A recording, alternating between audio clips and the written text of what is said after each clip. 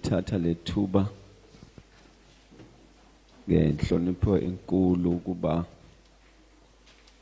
ngihloniphe ubaba uNgema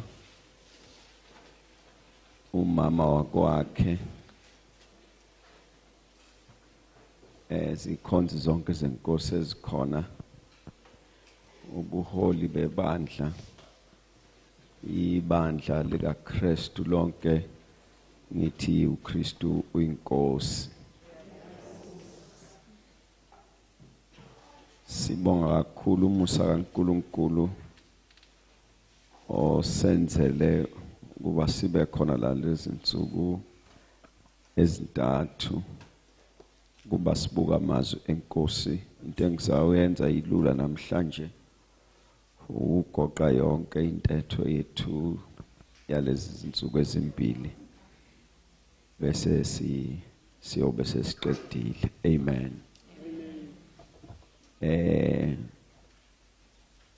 Ngicela nihlakaniphe ungijikisele speaker sibheka kumina khona ngizozizwa kuze ngamemezi kanti sengibanga umsindo. Amen. Asithulile leso. Ngijikisele singala lesa sikhathi. Amen. That's right. Thank you. Siyabonga kakhulu basane bami, as I have said before that ubaba uNgema nomama wakwakhe bayigugu enhlizweni yami ngomsebenzi omkhulu abawenza masihlangana nabo. Okwenza ngibe nesiqiniseko sokuthi uma besakhonza lo Jesu ngeke size sihlukane nabo. Nani ningibona ngenxa yabo. Angiboni khonto bezongiletha la. Ngizelana nyoba khona ihlokofu. Uma ngenzeka kuthiwa uyahamba seniyothi farewell na kumsimanga ngoba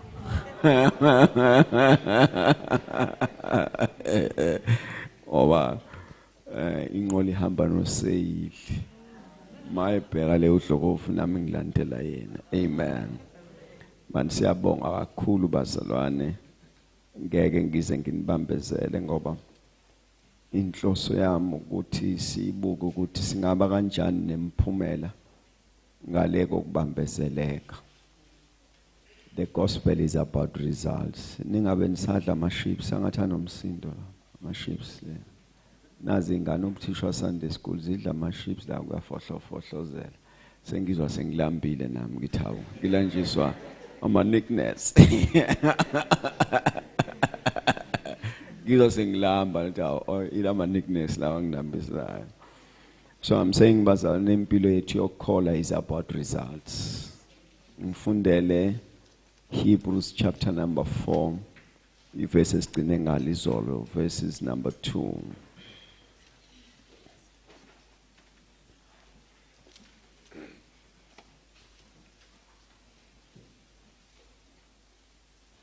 Ngokuba phela nathi sashunyayezwa ivangeli njengabo, kepha izwi abalizwayo alibasizanga bona, lokhu lingahlangananga nabezwayo ngokukholwa. Uthi umbhalo ngoba sashunyayelwa izwi njengabo bese kuthiwa izwi abalizwayo alibazwisisanga ngoba lihlangananga nabezwa ngokukholwa. Na ngifuna ubheke nje istatement la simple. Usho ukuthi njalo makuphuma izwi kubhekeke ukuthi uvuze kulona. When the word has been declared, when the word has been preached, when the word has been spoken, the expectation is that you profit from the word. Angeke kwenzakalo kunye. Ungangifakela ivolume mpijana. Ngeke kwenzakalo kunye. When the word has been preached, you must have results. So uma kubonakala ungenayo imiphumela abasoli izwi basola lo kade lalelizwi ukuthi ngesikhathi elilalelile ulukholiwe yini ngoba imiphumela ayikho automatic, you trigger them by faith. Amen. Angiphinde imphumela yakalizwi uyidonsa ngokholo ukuthi bowusendlini ekushunyelwa kuyona akusho ukusozoba njengoba kushunyeliwe noma ngamenyezela kuthiwa ukuthula kwenkosi mawube nani abubi nathi sonke buba nalabo abakholiwe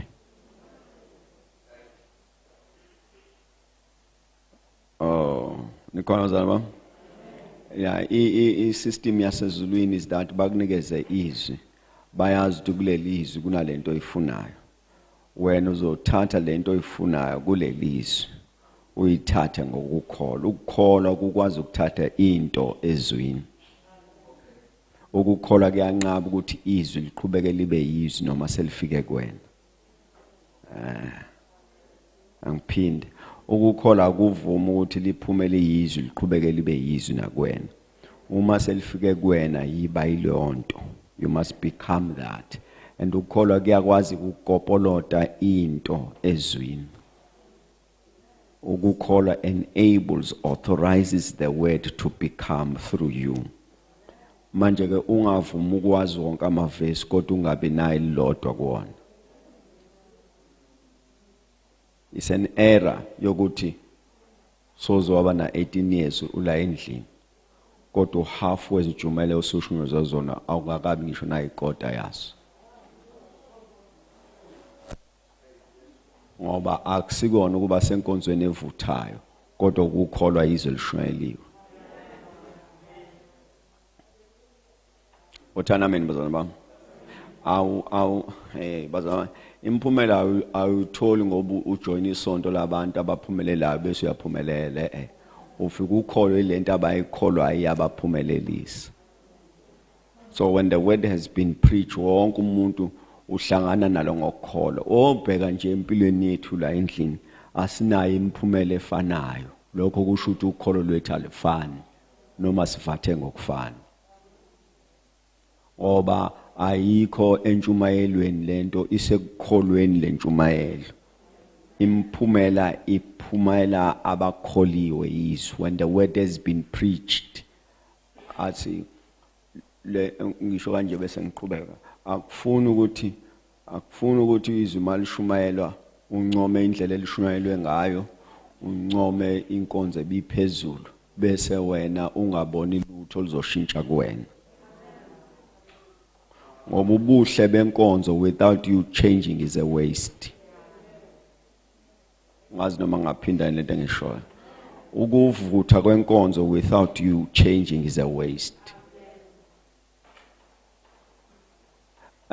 ezulwini bayazi abasezulwini wathi omunye umuntu ngasonto eziyoni uthi indlela engikhuluma ngayo inobuyoni phakathi njengoba ngithi abasezulwini ngathi ngisho inqwaba yabantu kanti ngisho God the Father the Son and the Holy Spirit abasezulwini bayazi ukuthi mase kufike izwi kuwena khonto ezoshintsha angithi uyakhumbula egadini yase-Eden uNkulunkulu uyafika uza kumhlobo wakho uAdam akasamthola usehambe ememeza eventually wavela la icashe khona usethi wenze njani uthi hayi ngicashile ngoba ngithola ukuthi angigqokanga ngenqunu uthi uNkulunkulu ubani othe usho khona oshilo akasho ukuthi ubani othe unqunu ngoba uyazi lo bunqunu buyi product of a particular word that has been spoken unto you ukhunyulwe ilelizwe likhulunywe kuwena so there is no way ukuthi ungafika izwi kuwena uqhubeka ufana uma izwi lenyoka lashintsha status sika Adam no Eve in the garden of Eden how much more likaNkulunkulu haya bayizwa lento engishoyo ngithi uma izwi lenyoka lashintsha status sika Adam beno Eve in the garden of Eden how much more likaNkulunkulu malifika kona lithi uyaphumelela lithi uphilile lithi ungenza konke lithi ungesabi lithi shalom how much more the word of God kusho likaNkulunkulu lingenza beyond imaginations but mawubona ngazathi akwenzeki lutho checka ukholo lwakho usuke nishesheni ithi asigcotshwanga ya nani ngisesheni ukuthi hayi kusho ukuthi akagcotshelwa ngamina akho gcotshelwa omunye la into eyenzekayo uhlangana nezwi ulikholwe ube nemphumela sokulinda ukugcotshelwa.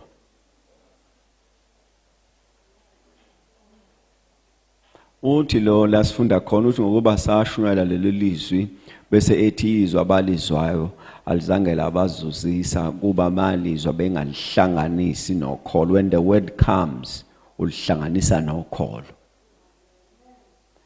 uJesu waqhamuka ehamba kubhalwe eBhayibhelini ehamba phezu kwamanzi. Abafundi basaba. Wasethi uJesu ningasabi mina. Wathi uPetro cha. Siqhubeka sisaba kakhulu ke njengoba usukhuluma. Hayi kusho mina. Sisaba kakhulu njengoba usukhuluma ke manje. Sizokutesta ukuthi wena. Uma kuwena yisho ngize. uJesu wasethi woza Petro. uPetro waphuma emkhunjini wahamba phezu kwamanzi. Story side kodwa ngifuna senze sibefishane. Waze wafika phambi kaJesu wabona umoya namagagasi wacwila. Wathi Nkosi ngisindisa. uJesu walula isandla wambamba. Meqeda ukumbamba uthi ungabazeleni. Mayifuna sibuza uthi yini ayingabazayo. Ungabaza ukuthi uyahamba ngempela yini? Cha, uthi uJesu ungabazeleni lo woza. Angithi wena othi angithi woza. So ke kusho ukuthi uphezulu kwalo woza. Uthi ke mawusu ucwile usuke wangabaza lo woza. Uma kuthiwa khonto kufanele unqaba kuyingabaza yizwi. Ngoba imphumela yakho isemazwini. So when the word has been declared, ulibamba njengesalukwazi sibamba imali yempesheni. Sorry. Sorry, I withdraw that. When the word has been spoken to you, ulale nalo, uvuke nalo, ulinde kulona, ubheke kulona, ukuthi kuzoba njengoba kushiwo. There is no way that when the word has been declared, you can continue to be the same. Ithunela linesidumbu lasala li empty emva kokuthi kuthiwe Lazarus phuma. Isihlahla esasiphila sinamaqabunga sasala sibunile emva kokuthi kuthiwe kusona ngabe kusadla umuntu kwena. So there is no way that when this word has been declared you can remain the same. Uma kungashintshi lutho ngawe ngeke sisole lelizwi. Kunalokho siyosola lozwe lelizwi. Ngoba lizisebenzeli liyagunyazwa ngokholo. Faith authorizes the word.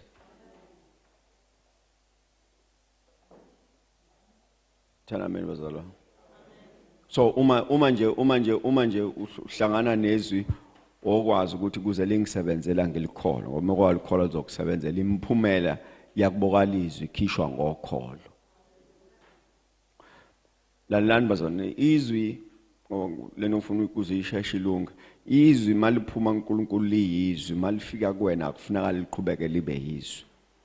When the word has been declared, when it reaches the destiny, it becomes that.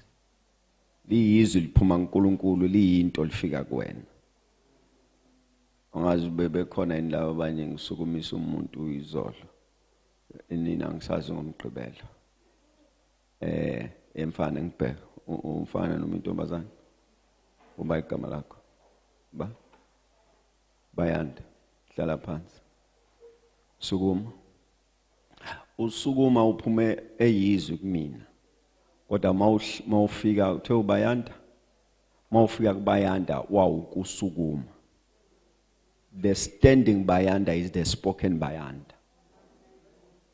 So the effect of the word is that when it reaches the destiny, it becomes. Shala phansi. God bless you. Into nje ezulwini. Oh Lord. Nayi mystery. Ezulwini make bakhuluma balinde ukuthi uzoba njalo. Uma bekubona ungabi njalo bayaphoxeka. Uyamkhumbula uJesu etshela abafundi bakhe. Uthi uJesu asiyeni ngaphesheya. Let us cross over to the other side. Clear statement. Siyawela siya ngaphesheya. So the statement says number 1 likhona ngaphesheya. Number 2 lithi sizofika ngaphesheya. Number 3 lithi nami ngila. Yasi statement, sikhule statement so that siwe ngaphesheya. So ke bese kuthiwa iBhayibheli bangena emkhunjini ukuthi bayawela baya ngaphesheya bangena umkhumbi waqala wahamba. Endleleni bese kuthiwa then arose a storm and the boat was in great danger. Umkhumbi waba sengozini enkulu. Surprisingly uJesu ulele. Noma umkhumbi ungenwa amanzi uyaqhubeka uyalala. Noma umkhumbi usengozini uJesu waqhubeka walala. Then the question, ulala njani Jesu sifa? No, kusho ukuthi asifi la. Uma uJesu eqhubeka elala umkhumbi usengozini. Then ufuna sizibuza kwenzakaleni. uJesu wasibona istorm. Wasezibuza ukuthi yini engasustain thina nalomkhumbi against the storm. Wasethi lo hambo lolo angingabisaba umkhumbi akubukusho kwami.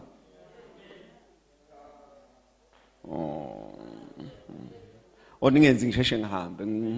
Yazi ngizohlala phansi ngingaqedanga ukushumayela indlela ningibuka ngayo niyangithusa.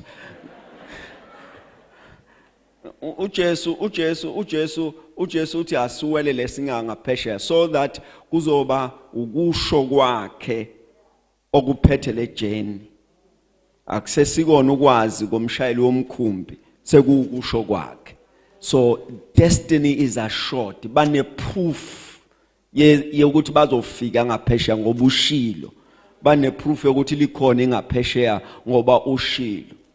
Manje uma istorm sinyakaza kwenzeka yonke lento uJesu ulele emkhumbini osezwini.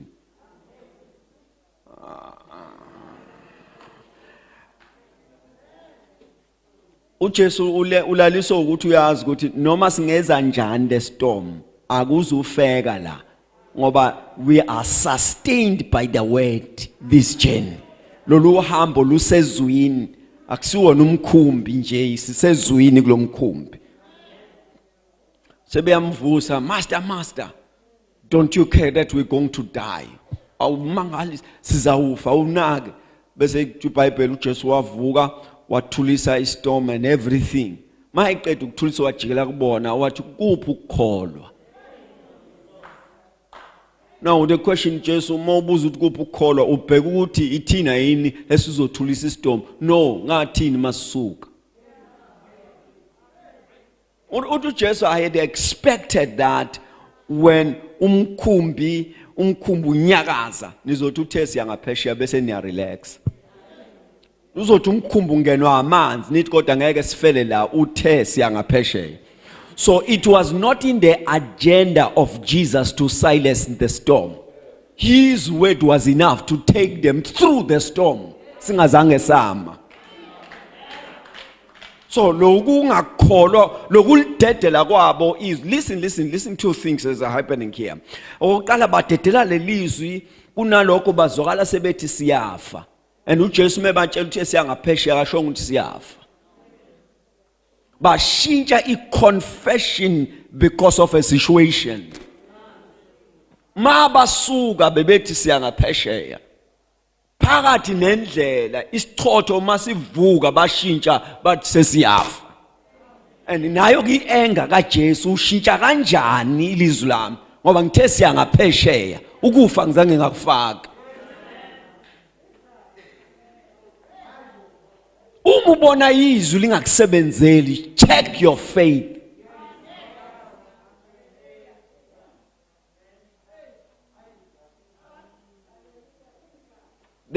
Bazana bam mashesha amahle ngani ngidlaleleni ayikho into yobuya kuvimbe mawusukwazi to take God at his word noma ngasho into engenangqondo. Ngiyaphinda noma ngasho into engenangqondo makusho yena ukuthi amuzu Maria enikeza counsel kusinceke lesi ngesikhathi umshado songathi kuphelile isiphuzo ezimnandi. Mbona ukuthi isiphuzo siphelile bamtshela bathi hey iphathi semnandi kabi ukuthi singaphelelwa iwayini. uJesu uthi hayi mama ungene ngaphi niyasazi story sonke. Buka lo mama kuthiwa Maria. Uma uJesu ethi kuyena hayi mama ungene ngaphi kokwami isikhathi sami sikakafiki. lo Maria kamphendula uJesu ujikela kulabafundi ngoba ifaith ime endaweni eyodwa ayu wave akazi uyiarguisha le statement saJesu ujikela kulabo uthi noma yina ishowa noyenza waqhubeka wahamba ngoba ifaith ithu iwine lizophuma la kuyena aw bazalwana Jesu Maria uMaria uthi kuJesu sinenkinga la siphelele wayini ubheka ukuthi njengondodana amazi ukuthi usomhlola khona azoyenza uphendula ngenqaba uthi mame ungene ngaphi kokwami isikhathi akafiki wangamphendula lapho wajikela kulabo aseduze kwakhe ukuthi noma yini ayishoyo layilani bazalwane bami the statement ngizositoloka ngendlela yami uthi angithi kwamanje niyamuzwa uthini kimi angikhathazekile nani kuzosho enye into ingangikhathazi leza yisho anovele niyenze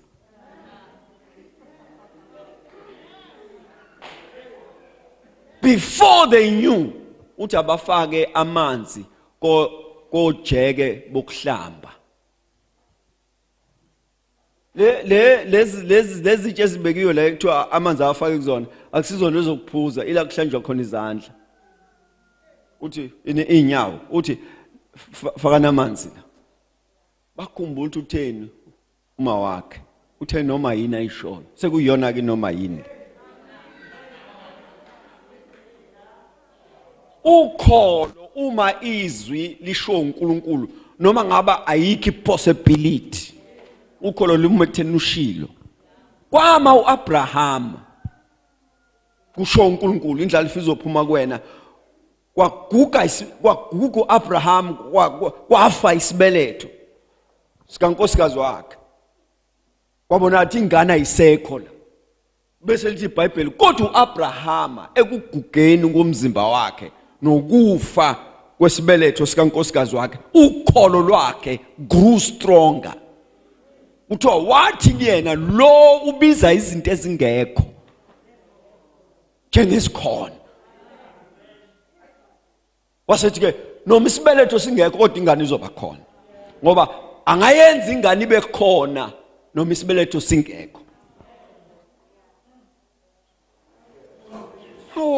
basana bami lo nkulunkulu akancikile sibelethweni uncike ekuthaneni uNkulunkulu nasona lesibeletho saphuma ezandleni zakhe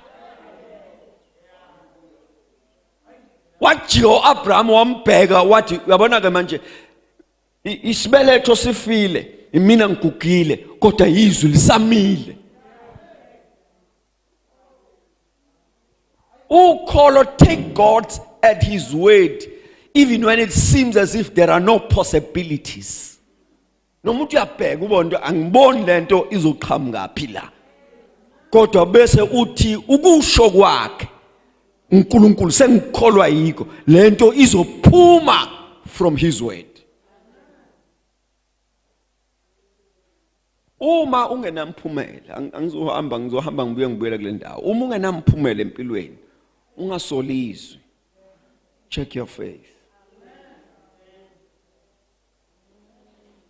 ukholo isystem kaNkulunkulu yokwenza access lokhathi unakho nalokhathi uyikho manje ifuna lento uvela ukholo ukuthi no uqinisile uNkulunkulu ngilento ayishoyo noma ungayiboni uyikhole ngilento ayishoyo amen noma ungayizwa lento angazi kwenzeka kanjani ukholwe kalula iSMS yokuthi une e-wallet ka 1000 rand kodwa awuphethe amaphepha ngene izinamba efonini so hamba uyasitshela no 1000 uthathapi hayi ngisendele e-wallet hayi awayithinti nokuthinta le mali manje uma kulula kanje ukukholwa iSMS zawuhlwa yini ukukholwa izwi lakhe musulento kuyenza sengathi khona umlingo okujula uzokwenza lutho you'll just take God at his word uthi njengoba yashilo kunjalo the challenge bazalwane bami the challenge we have is that usukufuna ukwazi ukuthi kuzokwenzeka kanjani and trying to do that you create doubt njalo mawufuna imethod yokwenza into ukubonakala ukuthi especially mayisho uNkulunkulu makufanele uyikhole makufanele kwenzakale mawufube naleyo mphumela make wazama wafuna ukuthi izokwenza kanjani sesiyazi uyangabaza ukholo alufuniseli lazi ukuthi uNkulunkulu mashilo kunjalo. So the first point I'm saying to you namhlanje lelizwi lizokusebenzela. And for this word to work for you, you must have faith. You must grow your faith. Funa uvuma ukuthi ukholo lwakho lungami. Amen bazalwane bami. Funda Romans 10:17.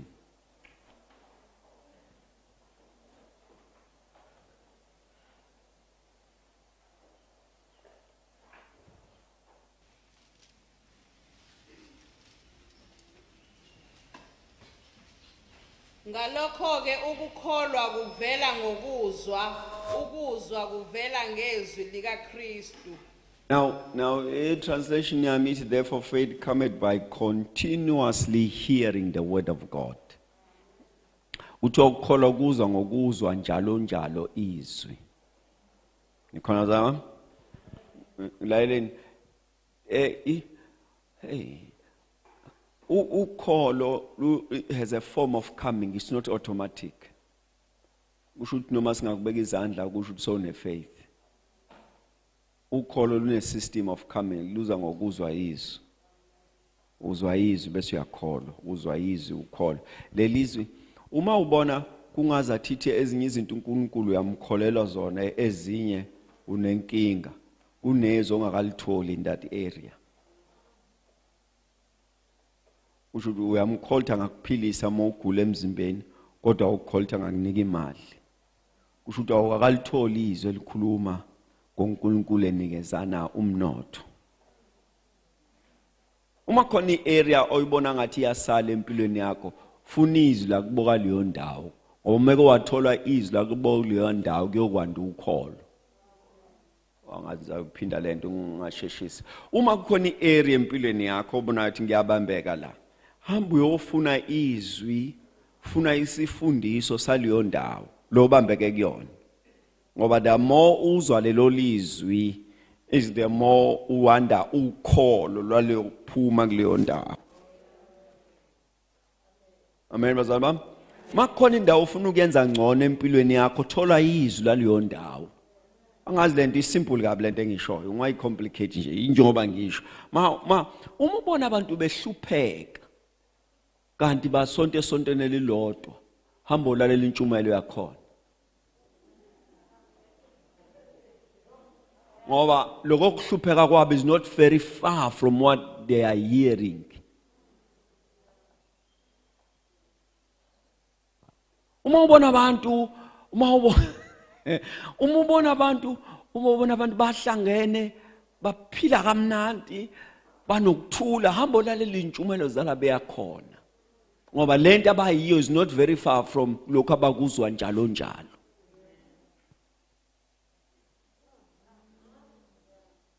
Uma ubona umuntu engakwazi ukuthandaza, akulona isonto lakhe.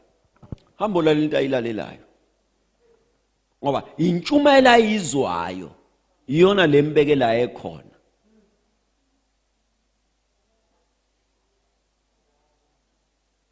Amen.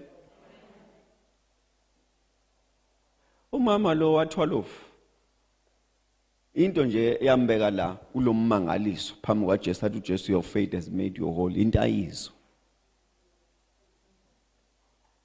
Manje uma impilo yakho izoshintsha, funa ube ne-target yokuthi lento le sengikhathele ukuhluleka la. Therefore ngizofuna izwi la kuboka la elizongiphakamisa la.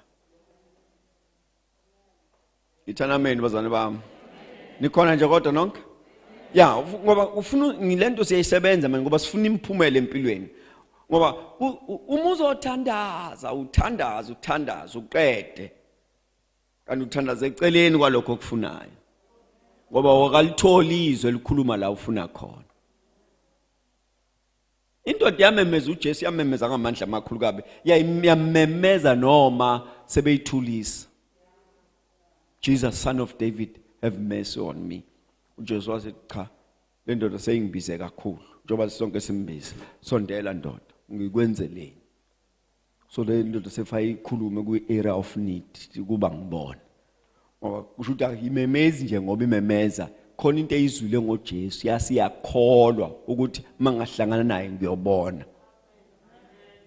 Akusi voice ukholo lobiza uJesu. Ukholo liyanqaba ukuthi uJesu adlule iqhubeka ibe impumputhe seyizwile ngaye. Hayi. Lento uJesu ayimbonanga abasalwane kodwa izwe ngaye. Kuthiwe mekuthiwa nangu futhi esedlula ngala yamemeza yadlubulundela. Ayimemezi nje ngoba ine voice ukholo. Luthi nakho ukubona kwakho.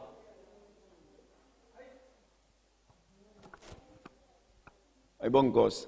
So I'm saying to all of us, yonke impilo yakho ufuna ubheke nje la ubona ngathi uyabambeka khona bese ubheke ithini imibhalo. Sithini isifundiso sezwi lenkosi. Bengixoxela abanye ukuthi khona imoto engifike ngayo la. Ngiphendula amafutha ngithi ngifuna ibe sesimene esiright ngizithi iyahamba yini. Ihlalile egcekeni 2 years ingahambi. Kukhona iphathi bathi abayithola belungu. Bathi beyitholile bayi order waqala le corona. Yangabisakwazi ukufika. Yaphela icorona, yangafiki futhi le shandisi. Ay sorry, yangafiki le party.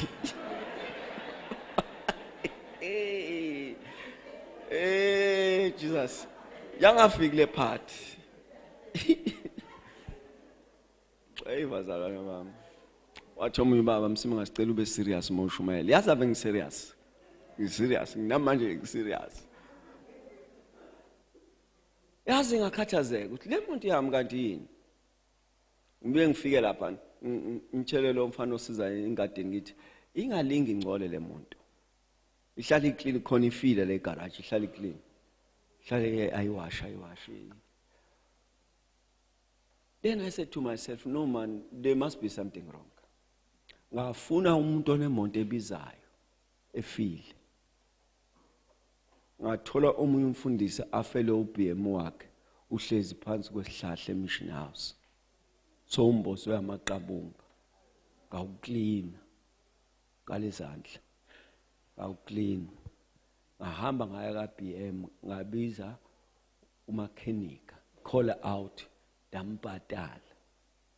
Wafika wayidiagnose kwathi wathi into encane kabi le ngathi akayilungisi ngambhadala.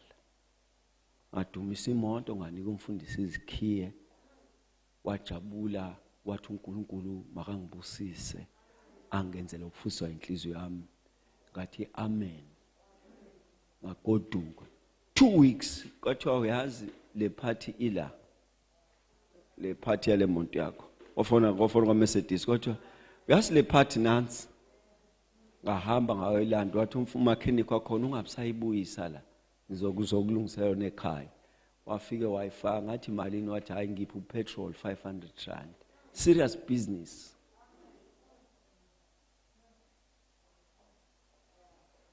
Le monto ngabisamile ukuba ngufuna ngumgomo wokholo oqaqa izibopho.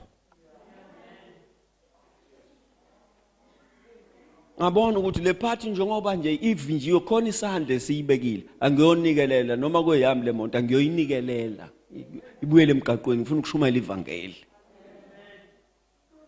Ufuna uyifune isystem ezokusebenzela yasokholweni. Yabona ngishiye yami ifile ngiyokhanda enye ngoba ngiyabona le njobe ingalungi nje iboshwe kwelika moya akusiwona amabhawudi phela nenkinga nasemkhathini sebenenkinga manje ngiyobaqaqa emkhathini.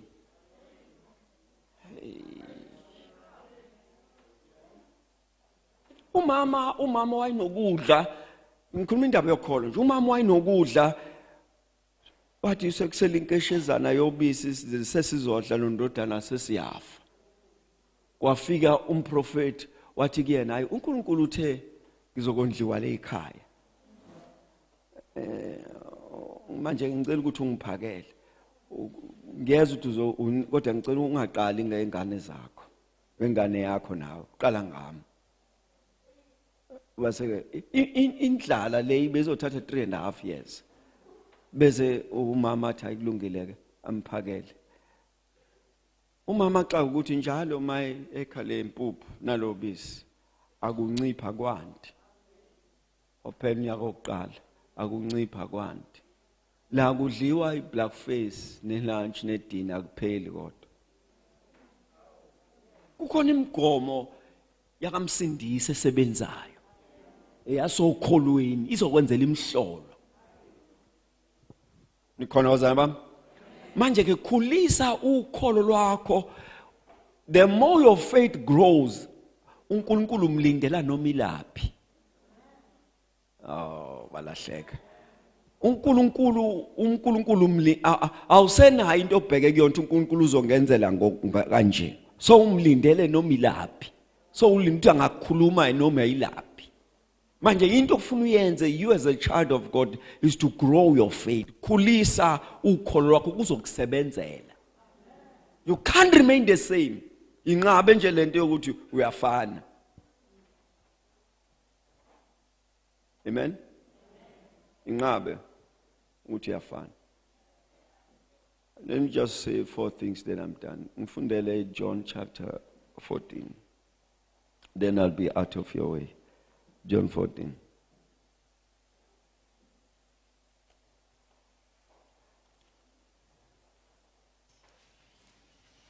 Verse 1. Inhliziyo yenu mayingakhathazeki. Kholwani nguNkulunkulu, nikholwe nayimi. Bazalwane bami, nasi statement. Inhliziyo yenu mayingakhathazeki. Yizwa uJesu uthini? Uthi uJesu ufika athi kubona inhliziyo mayingakhathazeki. All right? Athi niyazo ngibhekeni uthini? Inhliziyo mayingakhathazeki. Just immediately bese kholwani. So the statement says, mawufuna ukwazi ukuthi ngizohlala kanjani nginenhliziyo engakhathazekile, ngizokholwa. Ukholo takes away worry. You cannot be troubled with faith. Nkosiyami angazi noma ngisezwana yini. Uthi uJesu inhliziyo yenu mayingakhathazeki bese kholwana uNkulunkulu. So this is to say awukwazi ukukholwa uNkulunkulu uqhubeka ukhathazeke.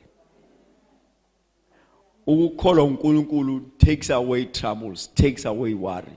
You cannot have a troubled heart and faith. Amen bazalwane bami. You cannot have both. Awukwazi uma ufuna ukwazi ukuthi yini enqoba ukukhathazeka ukholo. Akekho okukholwayo ukhathazekile. Mawubona ukhathazekile check ukholo lwakho. La kukhona ukholo ukukhathazeka kukho. Make nje wandisa ukholo okwazi sewubalekelwe na ukukhathazeka. Automatically makwandi ukholo kwena ukukhathazeka kungena indlela. Uthi somkhathaza ngani lo ngoba useyakholwa. Akasakhathazeki. Ukholo luzokwenzela kanje. Bhala phansi Mark 9:23. Uthi uJesu utshela enye indoda uthi okholwayo konke kuyenzeka kuyena. Athi ayizindaba okholwayo konke kuyenzeka kuyena. Kusho the moment why in faith awusakhathazeki ngoba into ekhathazayo ukuba kube khona izinto ezingenzeka empilweni. Uma khona izinto ezinqabayo ukwenzeka. Uma khona into ezinqabayo ezimendleleni uthi uyashaya ngezilimzima. Uthi okwazi ukuthi leyo nto nje engafuni ukwenzakala ilethe inkathazo. But kuthiwa ma ukholwa awukhathazeki noma ingakenzeki. Ukholo occupy the place yokukhathazeka. Athi I think amahubo ngizama ukukhumbula kahle ichapter. Amahubo athi mhlange sabayo ngothemba kuJehova. Luyathemba utrust, luyatrust ufaith. Mhlange sabayo ngothemba kuJehova. Kusho ngamamazi awukwazi ukuba nakho kokubili. Ngeke usabe uphinde uthembe. Ngeke usabe ukholo. Ukwesaba nokukholwa kuhlala endaweni eyodwa. Uma usaba kuhamba ukholwa. Uma ukholwa kubale kuwesaba. The two can occupy the same place. ithana manje ungavumi into nangu umvuzo na into ezokusiza ngokukholo ukuthi make waba sokukholweni you are living in an atmosphere emkhathini ongenakho kwesaba awesabi noma kusatshwa awusabiseki indaba yakholo because ukholo kwena lukunikeza isiqiniseko akukho kungenzeki amen ukholo kuwena manje ukholo solukuwena lukunikeza isiqiniseko sokuthi akukho kungenzeki ngisho bangakunikeza umlando ukuthi yazi ke lento obhekene nayo ke usibanibani wafa kanje naye lento obhekene nayo usibanibani kwaba ukuthi wavuka esibhedlela wena ayikho lento noma bangakuchazela ayi isusiwe kuwena ukwesaba akusabeki because of faith faith is your ability not to fear and I'm going to show you something uthi Jobe that which I feared the most has come upon me uthi lokho engikwesabayo sekukungifikile. Now the statement says fear is a negative faith, is a pulling force for negativity. Mawehlelwa okubi ilokho okusabile ukwesaba ukholo olubi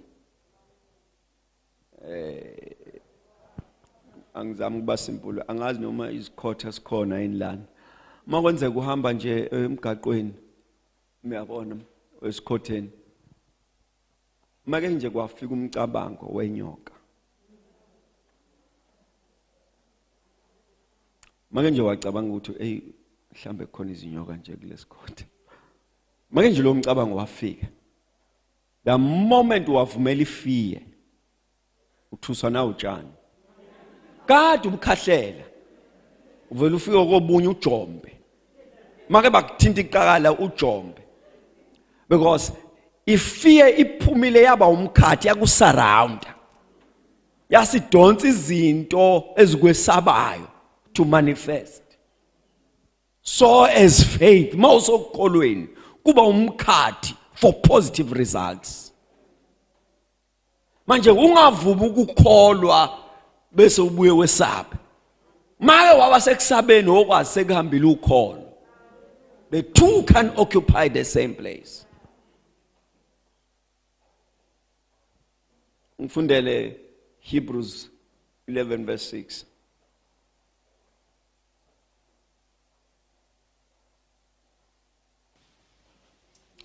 Nisekhona nonke bazalwane bami. No isonto ekseni ufuna sifunde kakhulu iBhayibheli. Asijombi manje sibheke imbhalo. Kepha ke ngaphandle kokukholwa akwenzeki ukumthokozisa ngokuba ozayo kuNkulunkulu umelwe ukukholwa ukuthi ukhona nokuthi ungumvuzi walabo abamfunayo. Ayibonge Nkosi.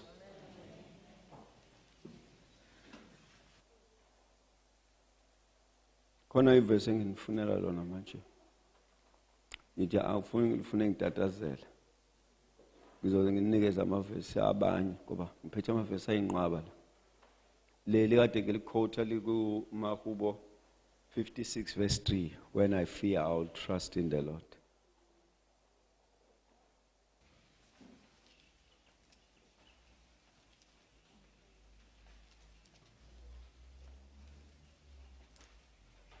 Ay maninga amavesi lana manje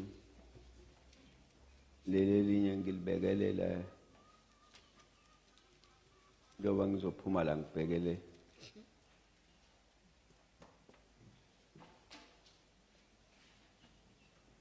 right just 3 verses then sesingagoduka. I want you to read noma singalifundi leli siyalazi it's one of my favorite one Luke 18 verse 8 uJesu uthi I tell you uma indodana yomuntu ibuya ngase kube yolifumana inukholo emhlabeni uJesu mayibuya uJesu enye yezinto agcina ukisho before akhuphuke ukukhathazeka ngokholo uthi mayibuya will he still find faith isonto yolifica likhona nabazalwane yobafica bekhona kodwa iconcern yakho uthi kulabo bazalwane ukholo yolifica lisakhona yini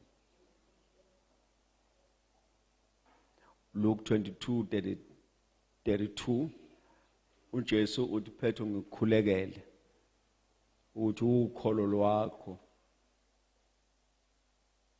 that it fails not lungahluleki. uJesu into engiyikhulekele ngawo Petro nje ukuthi ukholo lwakho lungahluleki. The last verse ngifundele 2 Timothy chapter number 4 dobe sendiqedile. 2 Timothy chapter number 4 ngifundele verse 7. uNkulunkulu asibusise sonke. Ngikulwile ukulwa okuhle. Ngiqedile ibanga. Ngigcinile ukukholwa. Bazalwane bami, sesingavala amabhuku nelokhuzana bese nibheka mina ngiyavala manje serious. Abashumela abakhulu bathi sengicela ama strings manje.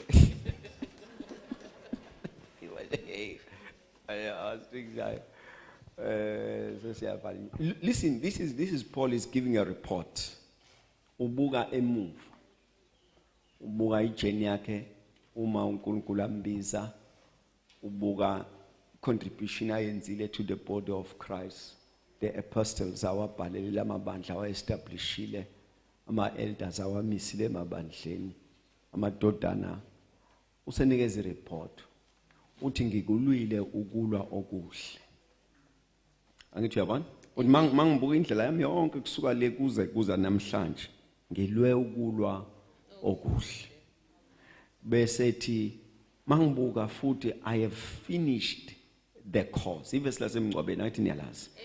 Uthi I have finished the course. Mangibheka ngenze lokho engangikuzele and I've fulfilled it. Ngenze kona nakugqiba. Bese kuthi egcineni I have kept the faith. Uthi in the whole process I did not lose faith. Uthi naye into engifuna ngizibonge ngayo ukuthi ngilwe ukulokuhle ngilifezile ibanga and I have kept the faith. Amen. Uthi into engiyoyipresent ezulwini ngiyofike ngibatshele ngithi ngilwe kahle emhlabeni. Ngifike ngibatshele ngithi I have finished the course. Bese ngithi nantu ukholo I have kept the faith. Ngiyakucela namhlanje kuyona yonke into ongayigcina gcina ukholo. Amen. Kuyona yonke into ongayigcina kuyona yonke into ongayilwela contend for your faith. Uma kuthiwa khona into okufuna uyenze ibe into makuyo unganyakaziseki ukholo. Uthi maziphethuka izinto uthi ngishiye nokholo. Mayihamba imali ngisale nokholo. Makuhlehla abangane ngisale nokholo. Izinto zizawuphethuka ngeke siphinge ilendlela esikuyona injalo but kukhona i-sustaining ability ithiwa i-faith. Into that shall keep you standing. Noma isingasekho enye into ongabambelela kulona ukholo. Lwagcina uJobe ukholo yonke into seyingasekho. Wenza an open declaration wathi noma ngabe ngishawa uwe Nkosi but I will still trust you. Ukholo luyokubhekisa kuNkulunkulu noma everything around seyisho kunye kodwa umbone. Uthi usamile uthi ngiyakholwa ngiyakho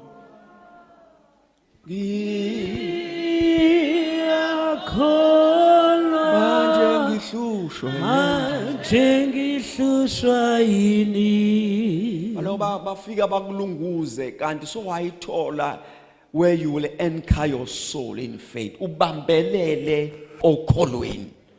Bafika bakini bakutshela bathi lento yakholwa angazathitha ayikusebenzeli. Awubuze ekhaya silungise ngenye indlela uthi no sengalimala. Ubasane bami uthi no sengalimala khona izinto esezinqatshwa isystem yami. I'm programmed for faith lifestyle. I'm programmed for the result of faith. Angisakwazi ukuthatha enye into ngithi yongisebenzela. Sengisetshenzelwa ukholo. It's either faith or nothing. Uma ungezongisa okholweni hamba wedwa. Uma ngezuba nemphumela yokholo ngiyekeleni ngoba ngizosebenza lokholo until it give me result. Ngizoma la okholweni uma kungibheka umgoda umbheke, but I'm not moving. Ngoba yonke into engizoba nayo ekugcineni udumo malube kuNkulunkulu owenzile izulu nomhlaba. Uma ngibamba into yempumelelo kuyofanele abe yedwa ngimbongayo. Uma ngiba nemphumela emihle empilweni yami ngiyohlabelela ingoma kuNkulunkulu yena yedwa. Angiyucula ingoma esontweni ngithi alike igama elihle njengelakhe ngifike ekhaya ngiphinde ngiguqe kwenye into ngiyekelene okholweni.